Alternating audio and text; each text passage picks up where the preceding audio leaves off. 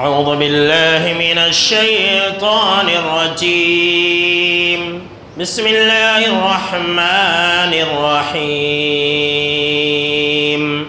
إن الذين يحادون الله ورسوله أولئك في الأضلين۔ اولاً تمام قسم کی تعریفات، حمد و ثنا، عظمت، بڑائی و کبریائی، یکتائی و تنہائی، بادشاہی و شہنشاہی، وحدہ لا شریک، خالق کائنات، مالک ارض و سما کے لیے لائق اور سبا ہے۔ بعدہ درود اور سلام ہو تمام بھیجے گئے انبیاء کرام اور رسولان عظام پر، خصوصاً بالخصوص سید الاولین والآخرین، امام المجاہدین والمتقین، امام الثقلتین و امام القبلتین و امام الحرمین و امامنا فی الدنیا و امامنا فی الآخرہ و امامنا فی الجنہ، جناب محمد عربی صلی اللہ تعالی علیہ وسلم پر۔ اللهم صل على محمد وعلى آل محمد كما صليت على إبراهيم وعلى آل إبراهيم إنك حميد مجيد، اللهم بارك على محمد وعلى آل محمد كما باركت على إبراهيم وعلى آل إبراهيم إنك حميد مجيد۔ محترم بزرگوں، نوجوانوں، عزیز ساتھیوں اور خواتین اسلام، آج اس دنیا کے اندر ایک مسلمان کو، ایک انسان کو اطاعت رسول صلی اللہ تعالیٰ علیہ وسلم کی اہمیت کا اندازہ نہیں ہے۔ یہی وجہ ہے کہ ہم اور آپ دیکھتے ہیں کہ لوگ طرح طرح کے حیلوں اور بہانوں سے آپ صلی اللہ تعالیٰ علیہ وسلم کی اطاعت سے جی چراتے ہیں، آپ صلی اللہ تعالیٰ علیہ وسلم کے حکم کی خلاف ورزی کرتے ہیں، آپ صلی اللہ تعالیٰ علیہ وسلم کی نافرمانی کرتے ہیں۔ لیکن جب یہی حضرت انسان اپنے بدعمالیوں اور اپنے کرتوتوں کی وجہ سے جہنم کے اندر داخل ہو جائے گا تو وہاں پر تب اس انسان کو بخوبی اس بات کا اندازہ ہو جائے گا کہ اس کے لیے دنیا میں اطاعت رسول کتنی ضروری تھی۔ دیکھیے اللہ رب العالمین نے قرآن مجید کے اندر اس بات کا ذکر کیا ہے کہ انسان جب جہنم کے اندر جائے گا تو وہاں پر یہی آرزو اور یہی تمنا کرے گا، یہی خواہش کرے گا کہ کاش اس نے دنیا کے اندر اللہ کی اطاعت کی ہوتی اور آپ صلی اللہ تعالیٰ علیہ وسلم کی اطاعت کی ہوتی۔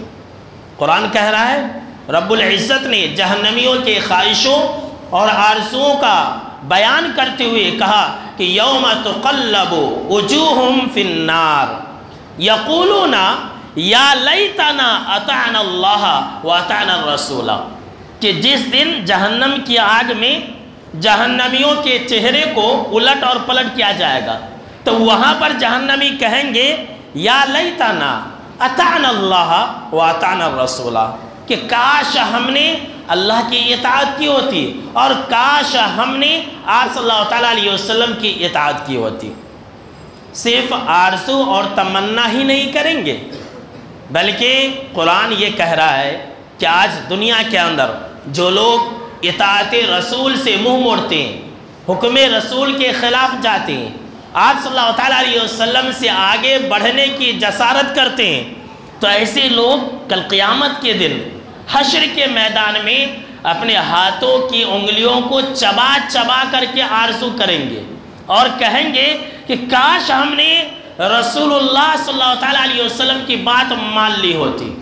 آج دنیا میں طرح طرح کے ہیلے اور بہانے کرتا ہے، عمل نہیں کرتا ہے، لیکن کل قیامت کے دن حشر کے میدان میں یہی آرزو اور یہی تمنا کرے گا کہ کاش اس نے رسول صلی اللہ تعالیٰ علیہ وسلم کی اطاعت کی ہوتی۔ آج ہم یہی پیغام تو دیتے ہیں، ہمارا یہی تو میسیج ہے، ہماری دعوت کا خلاصہ یہی ہے، ہم لوگوں کو یہی کہتے ہیں کہ اے لوگوں تم اللہ کی طرف آ جاؤ، تم رسول صلی اللہ تعالیٰ علیہ وسلم کی طرف آ جاؤ۔ دنیا والے لوگ اپنے مسلک کی دعوت دیتے ہیں، دنیا والے لوگ اپنے امام پیر اور فقیر کی طرف دعوت دیتے ہیں، لیکن ہم اللہ کی طرف دعوت دیتے ہیں یا پھر آپ صلی اللہ تعالیٰ علیہ وسلم کی طرف دعوت دیتے ہیں۔ کیوں؟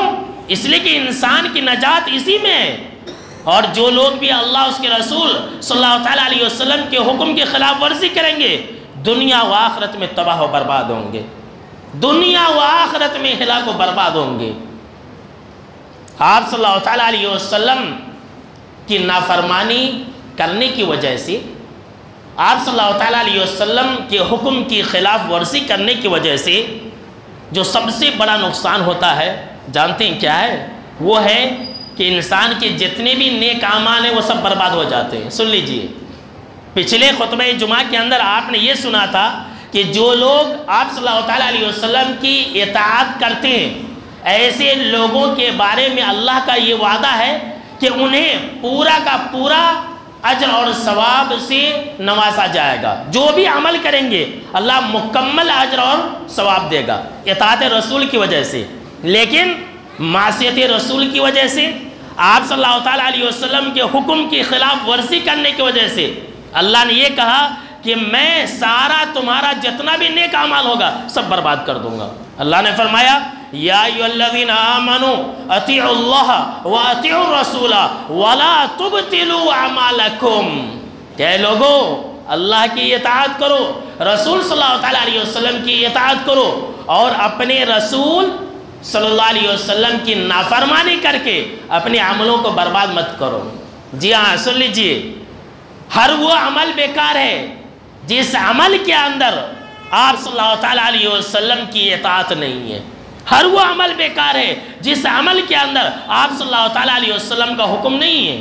اور اسی بات کو آپ صلی اللہ تعالیٰ علیہ وسلم نے بالکل صراحت کے ساتھ یہ کہہ دیا ہے کہ من عمل عملا لیس علیہ امرنا فہو رد، کہ ہر وہ عمل مردود ہے، ہر وہ عمل بیکار ہے جس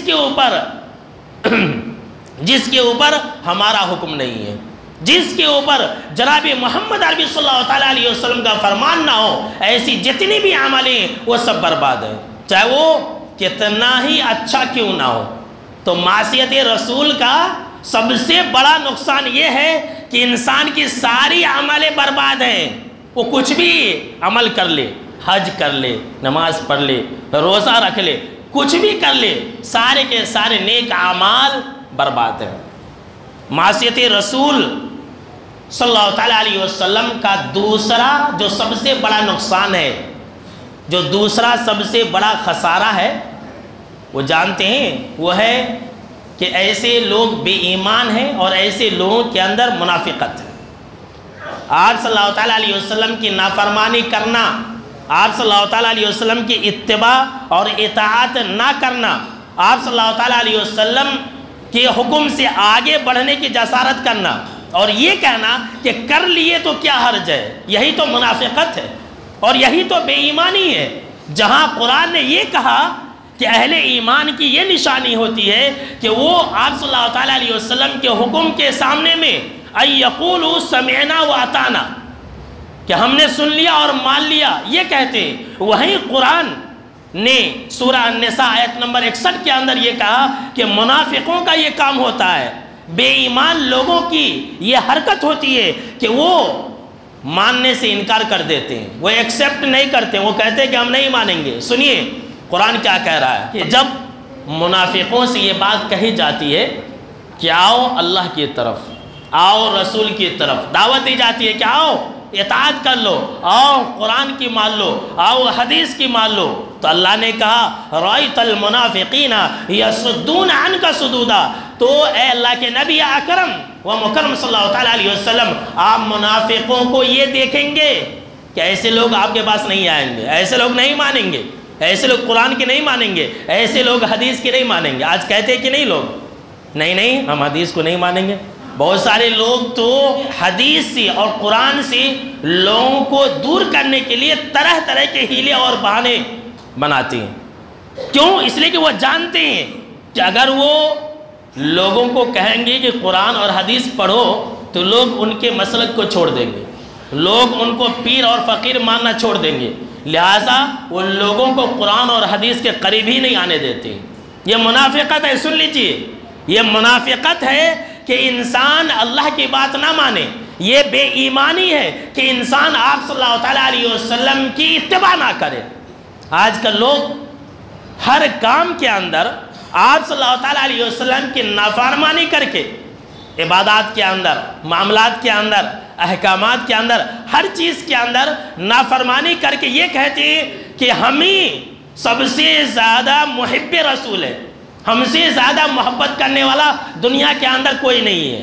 کہنے دیجئے، اللہ یہ کہہ رہا ہے کہ جو میرے رسول کے خلاف ورزی کرے گا، جو میرے رسول کی اتباع اور اطاعت نہیں کرے گا، ایسے لوگ ایمان والے نہیں ہیں، ایسے لوگ منافقین ہیں۔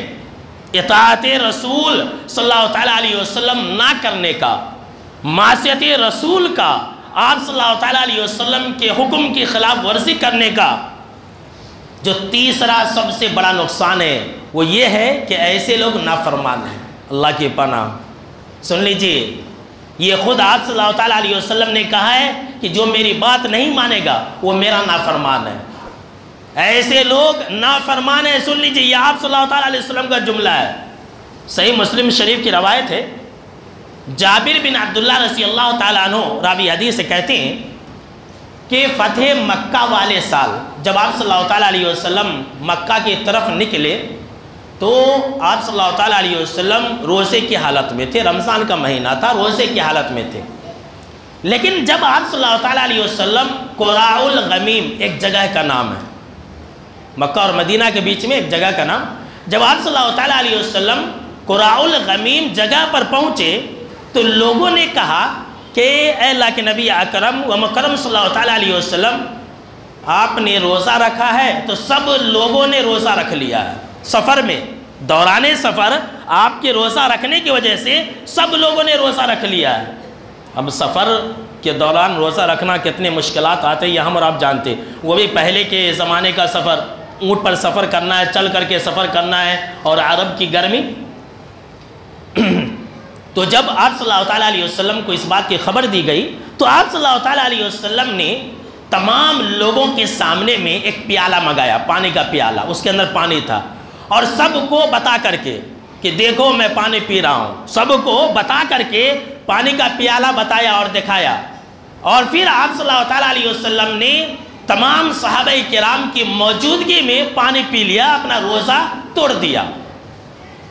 صحابہ کرام نے بھی اپنے اپنے روزے توڑ دیے۔ لیکن پھر آپ صلی اللہ تعالیٰ علیہ وسلم کو اس بات کی جانکاری دی گئی اور آپ کو یہ بات بتلائی گئی کہ کچھ لوگ ایسے ہیں جو ابھی بھی روزے سے ہیں۔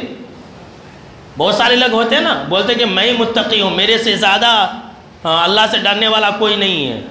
تو کچھ لوگوں نے روزہ نہیں توڑا۔ آپ صلی اللہ تعالیٰ علیہ وسلم کو جب یہ بات بتلائی گئی کہ کچھ لوگوں نے ابھی تک اپنا روزہ برقرار رکھا ہے، تب جناب محمد عربی صلی اللہ تعالیٰ علیہ وسلم نے 2 مرتبہ کہا تھا اولئک العصاة، اولئک العصاة، کہ یہی لوگ نافرمان ہیں، یہی لوگ نافرمان ہیں۔ اللہ کی پناہ، دیکھ لیجئے، آج ہم حدیث کے خلاف جاتے ہیں لیکن ہمیں احساس نہیں ہوتا ہے، آج ہم فرمان رسول کے خلاف عمل کرتے ہیں لیکن ہم یہ سوچتے ہیں کہ ہم بہت اچھا کر رہے ہیں، جبکہ جناب محمد عربی صلی اللہ تعالیٰ علیہ وسلم نے ایسے لوگوں کو نافرمان کہا تھا جن لوگوں نے آپ صلی اللہ تعالیٰ علیہ وسلم کی اطاعت اور آپ صلی اللہ تعالیٰ علیہ وسلم کی اتباع نہ کی تھی۔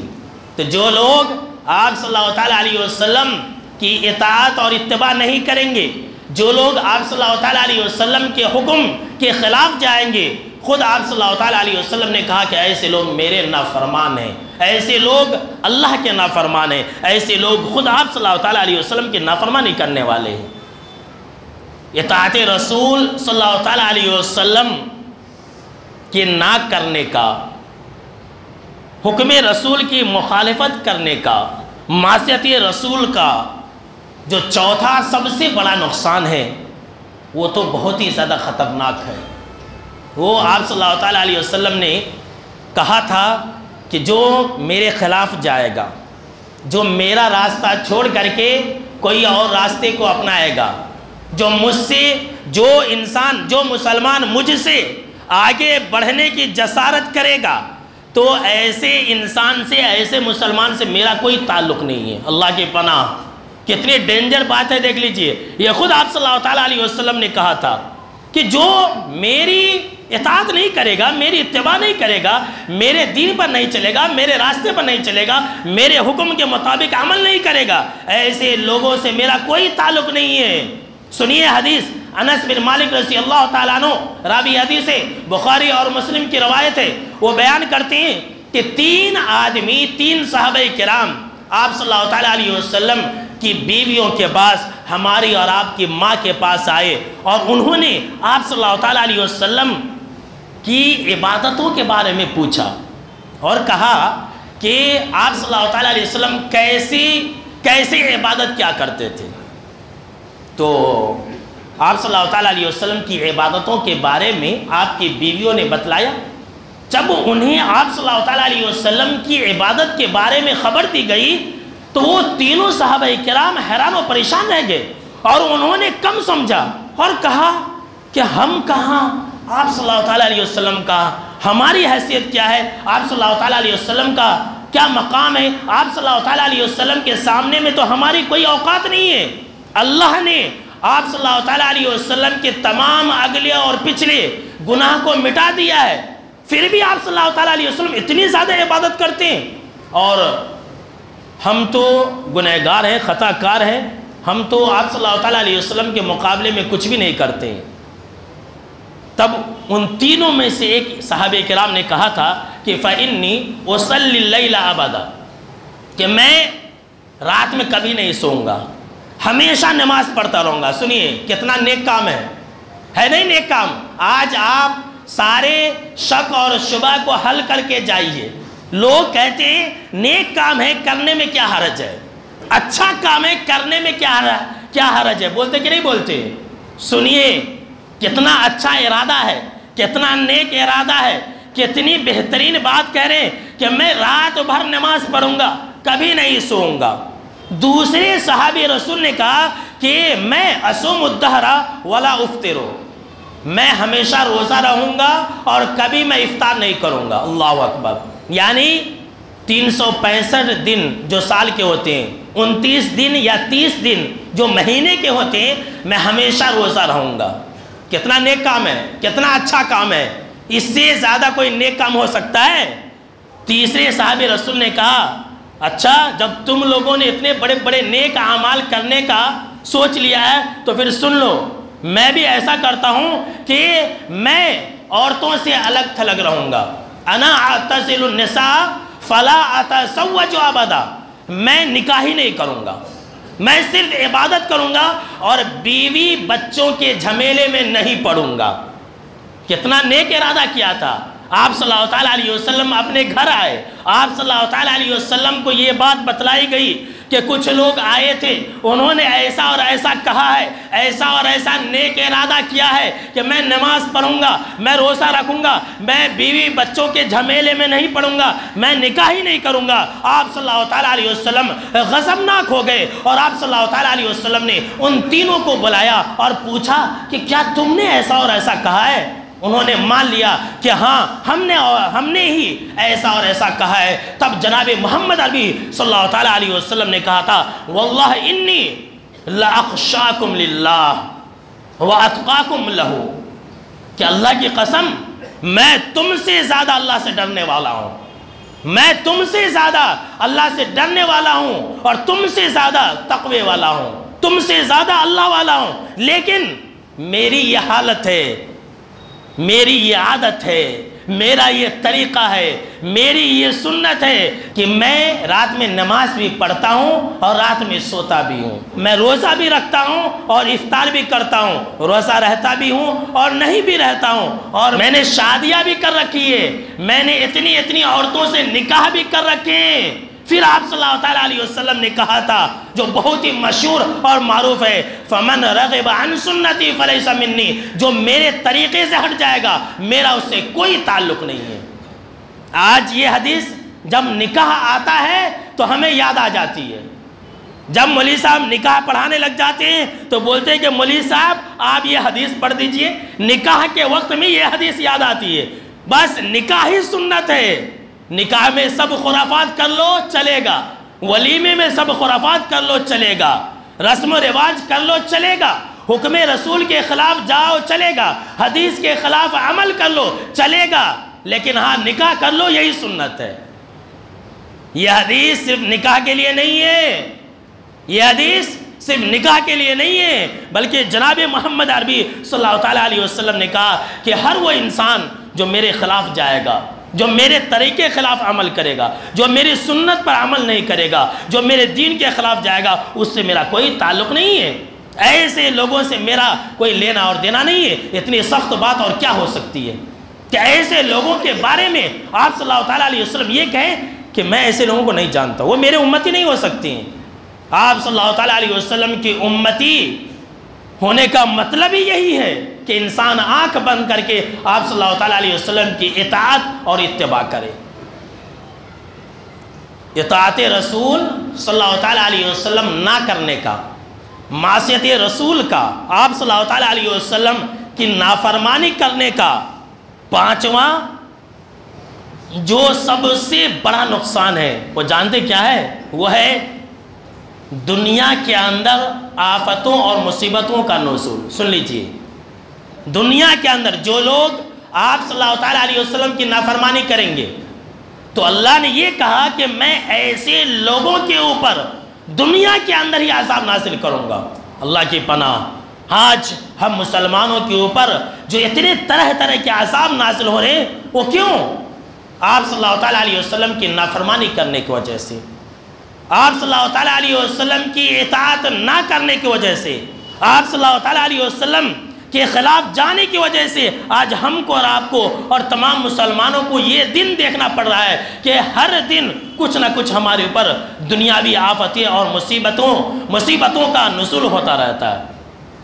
اور یہ میں نہیں کہہ رہا ہوں، قرآن کہہ رہا ہے۔ سنیے قرآن کا اعلان، فرمائے اللہ رب العالمین نے فَلْيَحْذَرِ الَّذِينَ يُخَالِفُونَ عَنْ أَمْرِهِ أَن تُصِيبَهُمْ فِتْنَةٌ أَوْ يُصِيبَهُمْ عَذَابٌ أَلِيمٌ، کہ جو لوگ میرے نبی کی مخالفت کرتے ہیں، اللہ کہہ رہا ہے جو میرے نبی کے مخالفت کرتے ہیں، جو میرے رسول صلی اللہ تعالیٰ علیہ وسلم کے خلاف جاتے ہیں، ایسے لوگوں کو اس بات سے ڈرنی چاہیے کہ ان کے اوپر کوئی دنیاوی عذاب نہ نازل ہو جائے، ایسے لوگوں کو کسی فتنے کے اندر نہ مبتلا کر دیا جائے، یا ایسے لوگوں کے اوپر کوئی سخت عذاب نہ نازل ہو جائے۔ جانتے ہیں یہاں اللہ رب العالمین نے کہا کہ فتنۃ، ایسے لوگوں کو اللہ رب العالمین کہیں فتنے کے اندر نہ مبتلا کر دے۔ اس آیت کی تفسیر میں امام جعفر صادق رحمۃ اللہ علیہ نے کیا کہا ہے جانتے ہیں؟ ان کا یہ کہنا ہے کہ اس آیت کے اندر جو اللہ نے یہ کہا کہ جو لوگ میرے رسول کی مخالفت کریں گے، میرے رسول کی اطاعت اور اتباع نہیں کریں گے، ایسے لوگوں کو میں فتنے میں ڈال دوں گا۔ تو اس فتنے سے مراد یہ ہے کہ ایسے لوگوں کے اوپر اللہ ظالم بادشاہ کو مسلط کر دے گا۔ اللہ اکبر! آج ہم مسلمانوں کے اوپر ظالم بادشاہ کیسے مسلط ہو چکا ہے یہ ہم سے چھپی ہوئی بات نہیں ہے۔ دیکھیے کتنی بالکل اس بات کے اندر کتنی سچائی ہے کہ اللہ نے کہا جو میرے رسول کی مخالفت کرے گا میں دنیا ہی کے اندر ایسے لوگوں کے اوپر عذاب نازل کروں گا، فتنے سے دوچار کروں گا۔ اب آپ کہیں گے کہ مولانا ہم اتنی مخالفت کرتے، پوری دنیا کے مسلمان بے نمازی ہیں، کوئی عذاب نازل نہیں ہوا؟ تو عذاب کا مطلب یہ نہیں ہے کہ انسان اپنے بستی کے اندر چلتا رہے اور اوپر سے انگارہ پڑ جائے، زمین کے اندر دھسا دیا جائے، یہی عذاب نہیں ہے۔ آج ہماری زندگی کے اندر چین و سکون نہیں ہے، کیا یہ عذاب نہیں ہے؟ آج ہماری اولاد نافرمان ہے، کیا یہ عذاب نہیں ہے؟ آج ہماری بیویاں نافرمان ہے، کیا یہ عذاب نہیں ہے؟ ہماری کمائی میں برکت نہیں ہے، کیا یہ عذاب نہیں ہے؟ ہمارے اوپر دشمنان اسلام مسلط ہو گئے، کیا یہ عذاب نہیں ہے؟ مسلمانوں کو مارا اور پیٹا اور کاٹا جا رہا ہے، مسلمانوں کی جو مال ہے وہ لوٹا جاتا ہے، کیا یہ عذاب نہیں ہے؟ عذاب کا مطلب یہ نہیں ہے کہ صرف اوپر سے ہی کچھ نازل ہو، یہی تو عذاب ہے۔ اور اگر سنیے حکم رسول صلی اللہ تعالیٰ علیہ وسلم کی مخالفت کرنے پر اگر آپ کو یہ یقین نہیں آ رہا ہے کہ عذاب نازل نہیں ہوگا تو میں آپ کو ایک دلیل دینا چاہتا ہوں، میں آپ کو ایک سچا واقعہ سنانا چاہتا ہوں۔ صحیح مسلم شریف حدیث نمبر 2021، صحیح مسلم شریف حدیث نمبر 2021 کے اندر ایک سچا واقعہ منقول ہے کہ حکم رسول کے خلاف جانے سے اللہ نے دنیا ہی کے اندر عذاب نازل کر دیا۔ سلمہ بن اکوا، انہوں نے اپنی آنکھوں سے دیکھا کہ ان رجلا اکل عند رسول اللہ صلی اللہ علیہ وسلم بشمالہ، کہ ایک انسان تھا آپ صلی اللہ علیہ وسلم کے ساتھ، آپ صلی اللہ علیہ وسلم کے سامنے میں بائیں ہاتھ سے کھا رہا تھا۔ اپنے بائیں ہاتھ کی عادتوں کو چھوڑ دیجئے، بائیں ہاتھ سے کرنا، بائیں ہاتھ سے کام کرنا، بائیں ہاتھ سے لینا اور دینا سب شیطانی کام ہے۔ آج کل ہم اور آپ جو ہے بائیں ہاتھ سے کھاتے رہتے ہیں۔ بائیں ہاتھ سے کرنا اور کھانا پینا یہ سب شیطان کی حرکتیں، چھوڑ دیجئے۔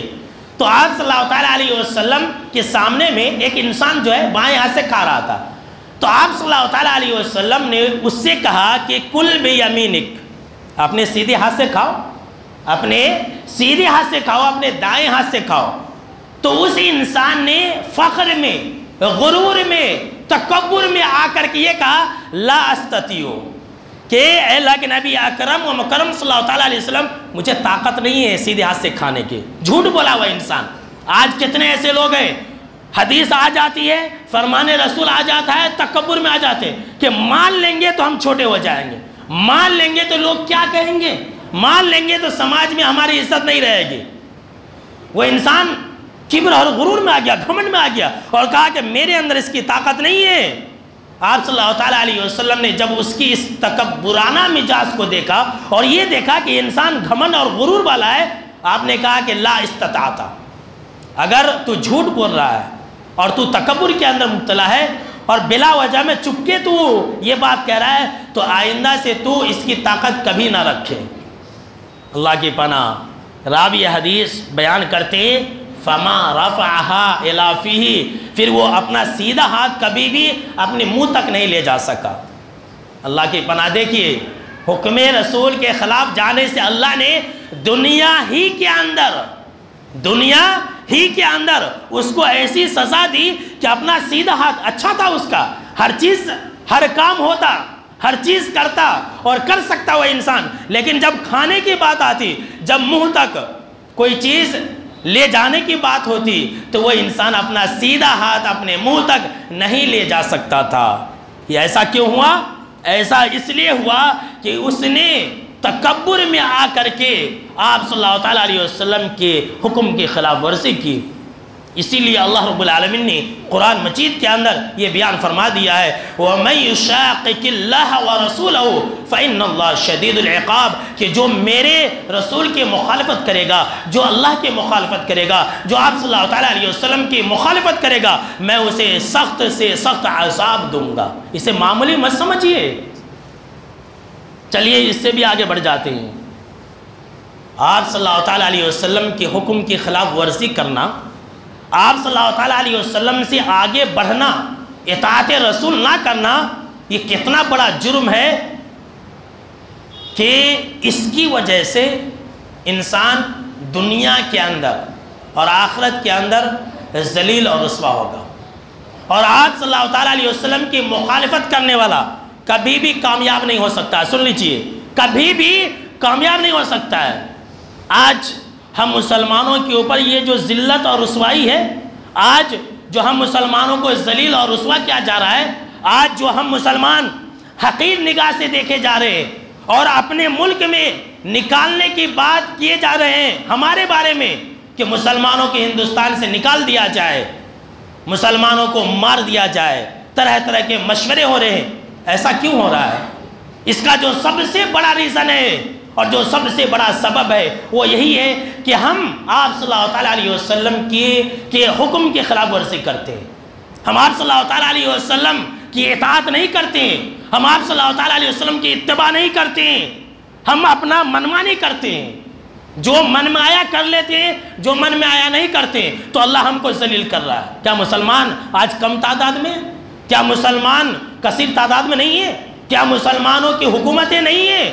کیا مسلمانوں کے بادشاہ اور خلیفہ نہیں ہیں؟ لیکن وہ خود کتنے ذلیل ہیں، اتنے ذلیل ہیں کہ مسلمانوں کے اوپر اگر ظلم ہو جائے تو منہ کھولنے کے لیے تیار نہیں ہے۔ اور یہ ذلت اور رسوائی کیوں ہے؟ اللہ اور اس کے رسول صلی اللہ علیہ وسلم کی مخالفت کرنے کی وجہ سے۔ سچ فرمایا ہے اللہ رب العزت نے کہ ان الذین یحادون اللہ ورسولہ اولئک فی الاضلین، کہ جو لوگ اللہ کی اور رسول کی مخالفت کریں گے، جو میرے رسول کی مخالفت کریں گے، اولئک فی الاضلین، ایسے لوگ ذلیل اور رسوا کیے جائیں گے۔ اللہ اکبر، سنیے، ایسے ہی لوگ ذلیل اور رسوا کیے جائیں گے، یہ اللہ نے کہا ہے۔ اور مسند احمد کے اندر آپ صلی اللہ علیہ وسلم نے صراحت کے ساتھ یہ کہہ دیا ہے اور فرما دیا ہے کہ جعلت الذلۃ والصغار علی من خالف امری، کہ اللہ نے ایسے لوگوں کے مقدر میں یہ لکھ دیا ہے جو لوگ میری مخالفت کریں گے۔ اللہ اکبر، اللہ نے ایسے لوگوں کے مقدر میں ذلت اور رسوائی لکھ دیے، ایسے لوگ ضرور اور بالضرور ذلیل اور رسوا ہوں گے جو میری مخالفت کریں گے۔ آج مسلمان اجتماعی طور پر مخالفت کرتے ہیں کہ نہیں کرتے ہیں؟ اپنے زندگی کے ہر موڑ میں مخالفت کرتے ہیں، چاہے وہ عبادات ہو، ریاضات ہو، معاملات ہو، شادی بیاہ ہو، لین دین ہو، ہر چیز میں آپ صلی اللہ علیہ وسلم کی مخالفت کرتے ہیں۔ نتیجہ یہ ہے کہ ہم اور آپ ذلیل اور رسوا ہو رہے ہیں۔ یہ تو آپ صلی اللہ علیہ وسلم کا فرمان ہے کہ جو میری مخالفت کرے گا، جو مجھ سے آگے بڑھے گا، ایسا انسان ہمیشہ ذلیل رہے گا، کبھی بھی کامیاب نہیں ہو سکتا ہے۔ سن لیجئے، اور اطاعت رسول کے بغیر نہ تو کوئی انسان دنیا میں کامیاب ہو سکتا ہے اور نہ ہی آخرت میں کامیاب ہو سکتا ہے۔ اور جو آپ صلی اللہ علیہ وسلم کے حکم کی خلاف ورزی کرے گا، جو آپ کی اتباع نہیں کرے گا، وہ جانی اور مالی نقصان سے دوچار ہوگا۔ سن لیجئے، جان بھی جا سکتی ہے، حکم رسول صلی اللہ علیہ وسلم کی مخالفت کی وجہ سے جان بھی جا سکتی ہے اور مال بھی جا سکتا ہے، ہر طرح کا نقصان ہوگا۔ اگر آپ کو اس بات پر دلیل چاہیے تو میں آپ کو دلیل دینا چاہتا ہوں۔ بہت ہی مشہور اور معروف بات ہے، سیرت کی ہر کتاب کے اندر اور حدیث کی ہر کتاب کے اندر آپ کو غزوہ احد کا بیان ملے گا۔ غزوہ احد کا معاملہ تھا، آپ صلی اللہ علیہ وسلم کو دشمنان اسلام سے جنگ کا معاملہ تھا۔ آپ صلی اللہ علیہ وسلم نے احد کے میدان میں جنگ کرنے سے پہلے، جنگ شروع ہونے سے پہلے، جہاں آپ صلی اللہ علیہ وسلم کھڑے تھے اپنی فوج کو لے کر کے، اس کے ٹھیک پیچھے ایک پہاڑی حصہ تھا جسے اب جبل رماد کہا جاتا ہے۔ آپ صلی اللہ علیہ وسلم نے 50 تیر اندازوں کو وہاں بیٹھا دیا، 50 تیر اندازوں کو وہاں بیٹھا دیا اور ان کا ایک امیر بھی بنا دیا، حضرت عبداللہ بن جبیر انصاری رضی اللہ تعالیٰ عنہ۔ اور انہیں وہ جو 50 تیر انداز تھے، انہیں یہ تاکیدی حکم دی اور یہ حکم دیتے ہوئے کہا کہ اے میرے صحابیوں، اے میرے 50 تیر اندازوں، سن لو، اچھی طرح سے سن لو کہ ہم سامنے جنگ کرنے جا رہے ہیں، تم ہمارے پیچھے ہو، اچھی طرح سے یاد رکھ لو کہ کچھ بھی ہو جائے تم اپنی جگہ سے ہٹنا نہیں۔ اگر ہم جنگ جیت گئے پھر بھی تم اپنی جگہ سے ہٹنا نہیں، اگر ہم جنگ ہار گئے پھر بھی تم اپنی جگہ سے ہٹنا نہیں۔ بلکہ بخاری کے اندر اس بات کا بھی ذکر ہے کہ آپ صلی اللہ علیہ وسلم نے کہا تھا کہ اگر تم یہ دیکھو کہ ہمیں پرندوں نے اچک لیا ہے پھر بھی اپنی جگہ سے نہیں ہٹنا۔ اگر ہم کچھ بھی ہو جائے، ہماری کیسی بھی حالت ہو، اگر ہم مارے جائیں، اگر ہم قتل کیے جائیں، اگر ہم جنگ جیت جائیں، اگر ہم مال غنیمت حاصل کریں، پھر بھی تم اپنی جگہ سے نہیں ہٹنا۔ تقریباً جنگ پورا کا پورا ختم ہو چکا تھا، آپ صلی اللہ علیہ وسلم نے جنگ جیت لی تھی، مسلمان کامیاب ہو چکے تھے اور دشمنان اسلام دم دبا کر کے بھاگ رہے تھے میدان احد سے۔ جب یہ معاملہ دیکھا کہ دشمنان اسلام بھاگ رہے ہیں اور ان کی عورتیں بھی اپنی جان کو بچانے کے لیے پہاڑوں کی دامن میں گھس رہی ہے، چھپنے کی کوشش کر رہی ہے، تو جو صحابہ کرام 50 تیر انداز جبل رماد کے اوپر بیٹھے تھے، انہوں نے کہا کہ اب جنگ ختم ہو گئی ہے۔ سنیے، سب سے آخری بات اور سب سے اہم بات، کہا کہ جنگ ختم ہو چکی ہے، چلو ہم بھی مال غنیمت لیتے ہیں، آپ صلی اللہ تعالیٰ علیہ وسلم نے جنگ جیت لی ہے، ایسا کہہ کر کے 40 تیر انداز وہاں سے نکل گئے۔ غلط فہمی ہو گئی کہ جنگ ختم ہو چکی ہے، جبکہ عبداللہ بن جبیر رضی اللہ تعالیٰ عنہ نے انہیں اپنے نبی کا حکم یاد دلایا اور کہا کہ کیا تم اپنے نبی کا حکم بھول گئے؟ کیا تمہیں آپ صلی اللہ تعالیٰ علیہ وسلم کا حکم یاد نہیں رہا کہ کسی بھی حال میں نہیں ہٹنا، جب تک میں نہ بلاؤں تب تک نہیں آنا؟ کیا تم بھول گئے؟ کہا کہ نہیں، جنگ جو ہے ختم ہو چکی ہے، اب جنگ نہیں ہے، اب تو مال غنیمت حاصل کر رہے ہیں، ہم بھی مال غنیمت حاصل کریں گے۔ 40 تیر انداز وہاں سے نکل گئے۔ جب کافروں نے اور مشرکوں نے یہ دیکھا کہ پیچھے کا حصہ آپ صلی اللہ تعالیٰ علیہ وسلم کا جو پیچھے کا حصہ ہے وہاں خالی ہے، وہاں لڑنے والے نہیں ہیں، وہاں تیر انداز نہیں ہے، تو پیچھے سے حملہ کر دیا۔ اللہ اکبر! اور پھر جانتے ہیں کیا ہوا؟ جو جنگ جیت چکے تھے، جس جنگ کے اندر آپ صلی اللہ تعالیٰ علیہ وسلم کی فتح ہو چکی تھی، وہ جنگ فتح ہار میں تبدیل ہو گئی۔ اللہ کی پناہ! دیکھیے، جب تک صحابہ کرام وہاں پر موجود تھے جبل رماد کے اوپر، کافروں کو مسلمان صحابہ کرام دوڑا رہے تھے، وہ لوگ بھاگ رہے تھے، لیکن جیسے ہی پیچھے سے حملہ ہوا صحابہ کرام تتر بتر ہو گئے، مسلمانوں کے اندر بھگدڑ مچ گئی، اور پھر اتنا بڑا جانی نقصان ہوا کہ 70 صحابہ کرام شہید ہو گئے۔ 70 صحابہ کرام! دیکھیے، آپ صلی اللہ تعالیٰ علیہ وسلم کے حکم کی خلاف ورزی کرنے سے 70 صحابہ کرام کا جانی نقصان ہوا۔ صرف اتنا ہی نہیں، بلکہ خود جناب محمد عربی صلی اللہ تعالیٰ علیہ وسلم بال بچے، خود آپ صلی اللہ تعالیٰ علیہ وسلم کا چہرے مبارک زخمی ہو گیا، آپ صلی اللہ تعالیٰ علیہ وسلم کا دانت مبارک بھی شہید ہو گیا، آپ صلی اللہ تعالیٰ علیہ وسلم بھی ایک کھڈے کے اندر گر گئے تھے۔ یہ کیوں ہوا؟ جو جنگ جیت چکے تھے، جس جنگ کے اندر مسلمان صحابہ کرام نے فتح حاصل کر لی تھی، آپ صلی اللہ تعالیٰ علیہ وسلم کے حکم کے خلاف ورزی کرنے کی وجہ سے وہ جیت ہار میں تبدیل ہو گئی۔ جبکہ آپ صلی اللہ تعالیٰ علیہ وسلم کا یہ حکم تھا کہ جب تک میں نہ بلا لوں تب تک نہیں آنا۔ دیکھا، یہ جیتی جاگتی مثال ہے، یہ ثبوت ہے کہ جو انسان بھی آپ صلی اللہ تعالیٰ علیہ وسلم کی مخالفت کرے گا، وہ انسان اپنی زندگی کی جنگ جو ہے کبھی جیت نہیں سکتا، ہمیشہ ہارے گا، ہمیشہ پریشان رہے گا، کبھی بھی کامیاب نہیں ہو سکتا۔ سن لیجئے، اطاعت رسول کے اندر جہاں کامیابی ہے، آپ صلی اللہ تعالیٰ علیہ وسلم کے حکم کے اندر جہاں کامیابی ہے، وہیں پر آپ صلی اللہ تعالیٰ علیہ وسلم کے حکم کے خلاف ورزی کرنا یہ ناکامیابی ہونے کی علامت ہے۔ انسان کبھی بھی کامیاب نہیں ہو سکتا میرے دوستو۔ تو میرے دوستو، آپ نے پورا ربیع الاول کا مہینہ سیرت رسول صلی اللہ تعالیٰ علیہ وسلم کے اوپر بیان سنا، اور آپ نے یہ اچھی طرح سے جان لیا کہ اطاعت رسول کرنا ہمارے لیے کتنا ضروری ہے، اطاعت رسول ہمارے لیے کتنا فائدہ مند ہے، اور معصیت رسول آپ صلی اللہ تعالیٰ علیہ وسلم کی نافرمانی کرنا ہمارے لیے کتنا نقصان دہ ہے۔ اب آخر میں آپ ایک ہی بات جان لیں، اللہ نے قرآن مجید کے اندر یہ کہہ دیا ہے کہ اے لوگوں، تم اللہ کی اطاعت کرو اور رسول کی اطاعت کرو، اور میرے رسول کی نافرمانی کرنے سے بچو۔ آپ صلی اللہ تعالیٰ علیہ وسلم کی نافرمانی کرنے سے بچو۔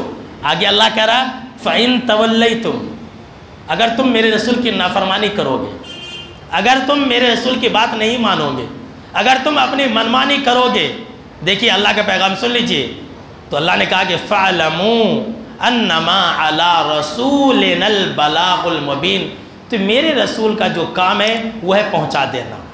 میرے رسول کا جو ذمہ ہے، اچھی طرح سے جان لو کہ میرے رسول نے تم تک اللہ کا پیغام پہنچا دیا، میرے رسول کا کچھ نقصان نہیں ہوگا، یہ اللہ کہہ دیا ہے، یہ اللہ کا پیغام سن لیجئے۔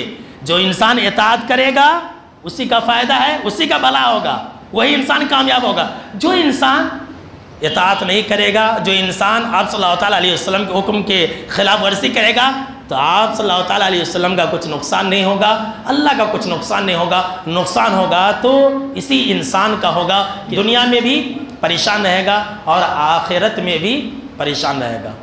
تو اطاعت کریں گے کہ نہیں کریں گے؟ بولیے، انشاءاللہ۔ نافرمانی سے بچیں گے، انشاءاللہ ہر حال میں بچیں۔ آخری میں اللہ رب العالمین سے دعا ہے کہ اللہ ہم کو اور آپ کو مرتے دم تک آپ صلی اللہ تعالیٰ علیہ وسلم کی اطاعت کرتے ہی رہنے کی توفیق عطا فرمائے، آمین، اور آپ صلی اللہ تعالیٰ علیہ وسلم کی نافرمانی سے بچائے، آمین۔